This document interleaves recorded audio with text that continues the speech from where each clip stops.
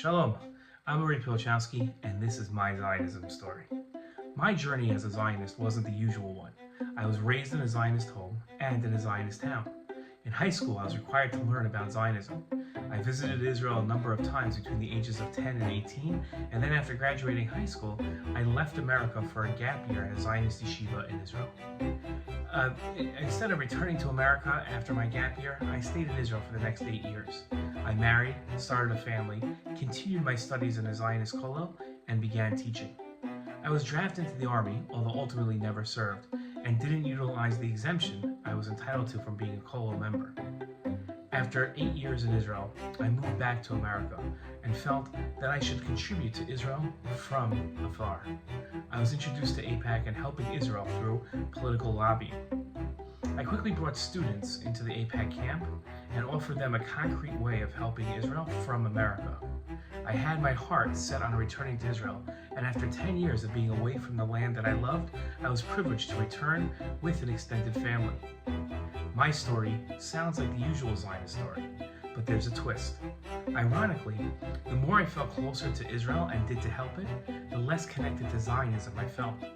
As a Torah-observant Jew who spent a great deal of time studying the Torah, I was put off by modern Zionism's move away from the Torah and to more universal values.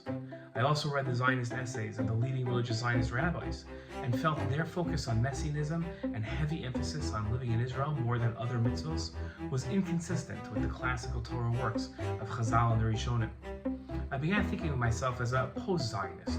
I supported the state of Israel and put hours of my day in helping it and training students to help it, but its core philosophy, Zionism, did not appeal to me.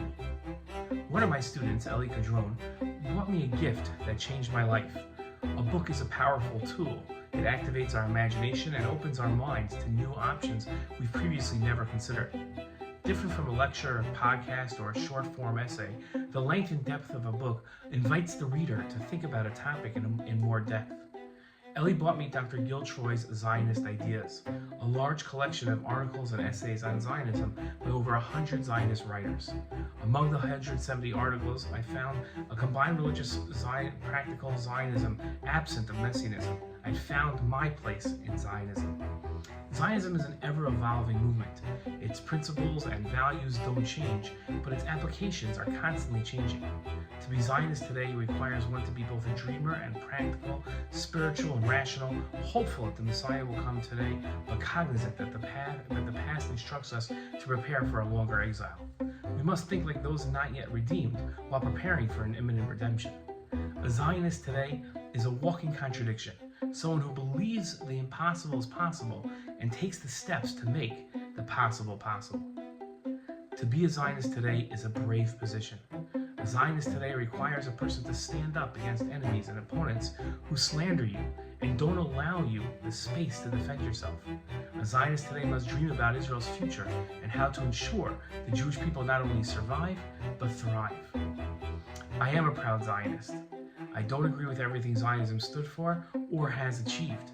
I certainly don't agree with everything Zionist thinkers and activists have said. I'm not a proponent of every policy of the Zionist state. Zionism isn't about loyalty to a movement, ideology, or a state.